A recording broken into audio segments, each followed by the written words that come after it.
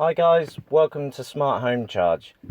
Today I'm going to be testing some public chargers. Now, some of you will have seen videos online or written guides where people have tested chargers near them or a bit further away just to see if they're actually working, how easy it is to do. Do you need an app? Do you need a card? Can you pay with contactless? All this sort of thing. We all know, or most of us in the industry know, that the infrastructure is better than what people think it is, but now reliability seems to be a problem rather than the scale of the network.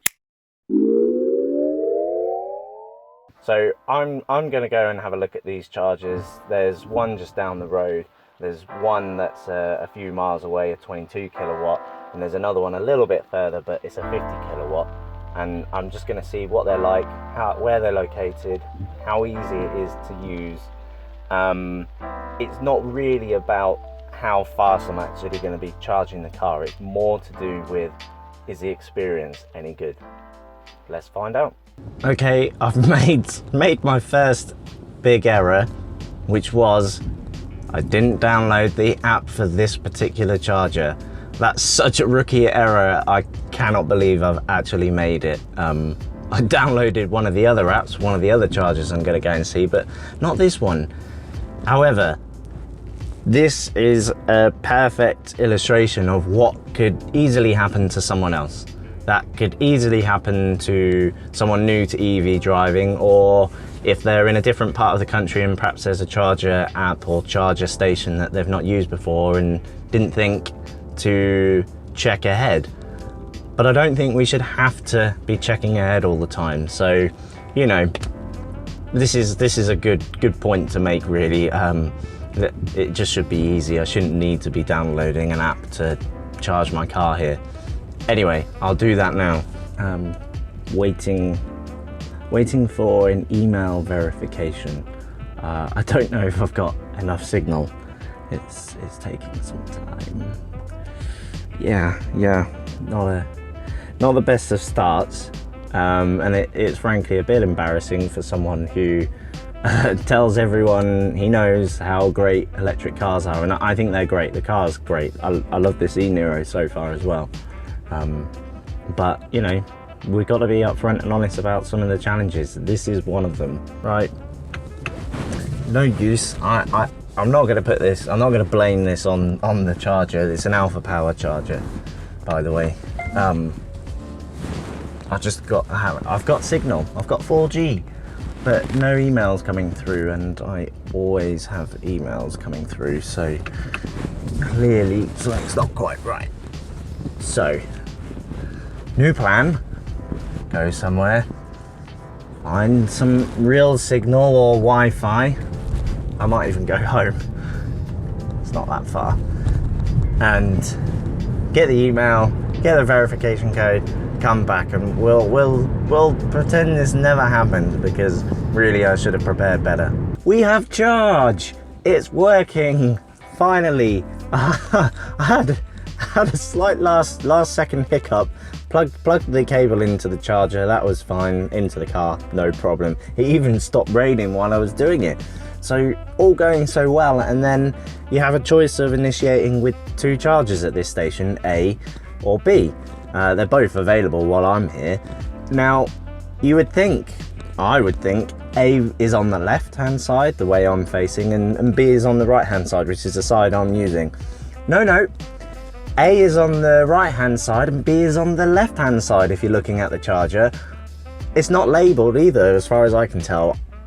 I just think that's bizarre. Why is it that way round? You know, luckily I've got the time. I don't need the charge, so I'm pretty low in terms of stress. It's not bothering me. I just worked it out for myself. But you know, if you're in a stressful situation or it's dark, it just might not cross your mind to do that.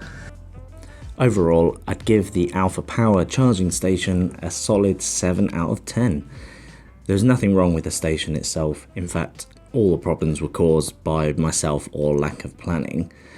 However, that did sully the overall experience, And I think the labelling on the charger itself could be clearer in terms of which unit you should be using or which unit you should activate on the app. Test number 2. I thought this was an Alfa Power charger just down the road, a few miles down the road, the next sort of market town. But it's not. It's a Chargemaster one in a council car park. That's fine. Just means I've had to download the Polar Instant app so I can do the pay-as-you-go charging. So let's see if it works. Okay, so I've got the payment ready on the app. That was fine. It seemed a bit slow. Again, it could just be my location. We live in a fairly rural area, so it might just be that. It just wouldn't let me pay. I've managed to add my card. Now all I'm trying to do is actually start the charge on the right connection. And I think, again, I'm just having the same problem with the network. It's taken a long time to connect. No, it's not working. I think it's important to point out with the Polar network and this charger as well, you can use an RFID card. So I guess the idea would be you register, get your RFID card, and then you just hold it onto the charger for 2 seconds and it should start charging automatically. But the app does allow you to do pay-as-you-go in case you don't have that card. It's not working today, so Polar Plus today, no good. Since using this Polar charger, I have had a look on ZapMap just to see if my experience was a one-off or if other people have seen the same issues, and it appears to be a bit of a mixed bag. Some people reporting that it's really reliable, it works every time they use it and they've had no issues.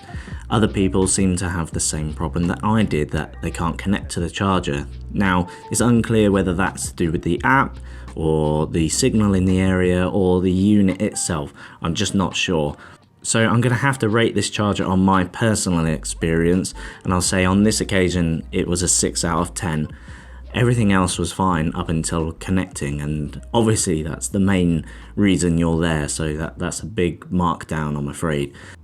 I have used other Polar chargers and I've been very impressed on those occasions. So this is the final part of testing public chargers near me. I need to come up with a better name for this series, but yes, I'm about to test out an InstaVolt, which is about 5 or 6 miles away from me. I've heard good things about InstaVolt, so I'm really keen to try them out and see what all the fuss is about. Let's take a look. Okay, so I just arrived at the InstaVolt chargers. They look really nice, actually. Nicely lit. I thought I might struggle to find them in this car park, but as soon as I pulled in, I could see that they were lit up, so I knew where they were. They look really, really smart, so already impressed. And I like the fact that I can see the contactless sign from here, which is a real blessing. I know I don't need to set up with any apps. Okay, that was super easy. You can see here the Kia is charging, and we're charging at, I don't know if you'll be able to see that on the screen. Let me just move that in a bit closer. But we're charging at 39 kilowatts and I'm at 40%. I imagine that will go up a bit. Again, I just wanted to see if this was actually working, rather than add a load of range to my car, because I don't need it. I'll charge overnight or I'll charge at work.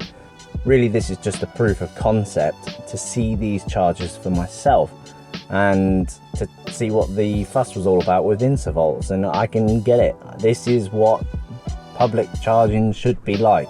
It should be easy, no app, you just turn up, contactless card, or ring them if you want to pay that way, but contactless card, tap it on to the charger, it will allow you to then take a cable, you plug it into your car, you press start, job done. That's all we need. So more of these please, and other charger providers, please take note. This is the way to do it for me. By far and away, the InstaVolt charger has been the best public charging experience I've had. It was just so simple to use, really clear instructions on the screen, easy to find the units in a dark car park as well. All I needed to do was plug the car in, tap my contactless, and press begin. Easy. So on this occasion, I'm going to have to give them 10 out of 10. It was a flawless experience. If you really enjoyed this video, leave a comment below or give me a thumbs up. It really helps me understand what sort of content you guys are after. Plus, I might consider doing this as a regular series, testing public chargers on my travels and in my local area. So let me know if that's something you'd be interested in or if you would find useful. Thanks again for watching, and if you want more content like this, hit that subscribe button down below. See you next time.